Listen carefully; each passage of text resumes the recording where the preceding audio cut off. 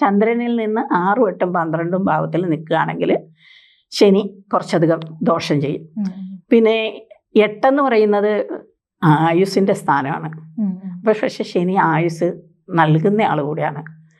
അതുകൊണ്ട് ശനിക്ക് ഞാൻ പറഞ്ഞില്ലേ പതുക്കെ ചലിക്കുന്ന പോലെ തന്നെ ആയുസ് കൂടുതൽ നൽകുന്ന ആളുമാണ്. അപ്പം ശനി അഷ്ടമത്തിൽ ശനി നിന്നു എന്ന് വെച്ചിട്ട് കുറേ കഷ്ടങ്ങൾ കൊടുക്കും എന്നല്ലാതെ ആയുസിനെ എടുക്കില്ല.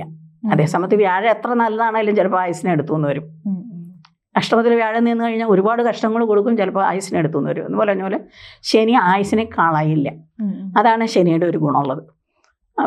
ശനി 6, 8, 12 ഭാവത്തിൽ നിൽക്കുമ്പോൾ അദ്ദേഹത്തിന് ചില സമയത്ത് നന്മ ചെയ്യും, ചില സമയത്ത് അത് ആ നക്ഷത്രത്തിൻ്റെ അനുസരിച്ചാണ് അത് പറയാൻ പറ്റുക. കാരണം ഓരോ രാശിക്കും ഏതെല്ലാം രീതിയിൽ ഇപ്പോൾ ശനിയെ കൊണ്ട് കർമ്മത്തിൻ്റെ കാരകനാണ് ശനി. അതുകൊണ്ട് ശനി 10ാം ഭാവത്തിലൊക്കെ 10ാം ഭാവത്തിൽ ശനി വരിക എന്ന് പറഞ്ഞു കഴിഞ്ഞാൽ മിഥുനം രാശിക്കാർക്ക് മിഥുനം രാശിയുടെ 10ാം ഭാവത്തിലാണ് ശനി വരിക ഈ വർഷം. അപ്പം മിഥുനം രാശിക്കാർക്ക് ജോലി സംബന്ധമായിട്ട് ജോലി ലഭിക്കാനൊക്കെ ഗുണമുള്ളതാണ്.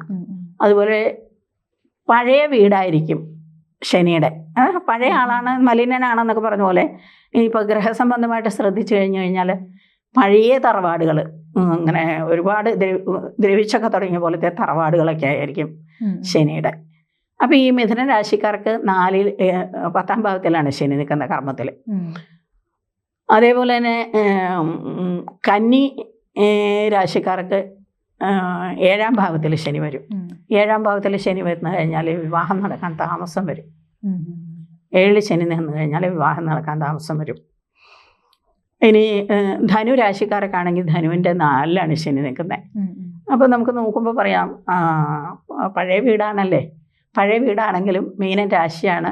ഒരുപാട് ഗുണങ്ങൾ ഈ നായകസ്ഥാനമൊക്കെ കൊടുക്കുന്ന ശനിയാണ് മീനൻ രാശിയിൽ നിൽക്കുന്നത്. അതുകൊണ്ട് അയാൾക്ക് സാമൂഹ്യപരമായിട്ടും ഒക്കെ ഉയർച്ചയുണ്ടാവാൻ, ഇപ്പോൾ ഒരു സംഘടനയിൽ പ്രവർത്തിക്കുന്ന ആളാണെങ്കിൽ ഒരു ഉന്നത സ്ഥാനത്തെത്താനുള്ള ഒരു സാധ്യതയുള്ള ഒരു ഇതാണ് ധനുരാശിക്കാർക്ക്. സമ്പൂർണ്ണ ജാതകം സാധാരണ ജാതകമല്ല, സമ്പൂർണ്ണ ജാതകം 75 പേജുകൾ അടങ്ങുന്ന സമ്പൂർണ്ണ ജാതകം 250 രൂപയ്ക്ക് ഇനി നിങ്ങളുടെ കൈകളിലേക്ക്. അതിനായി നിങ്ങൾ ചെയ്യേണ്ടത് ഇത്രമാത്രം: താഴെ കാണുന്ന നമ്പറിൽ ബന്ധപ്പെടുക.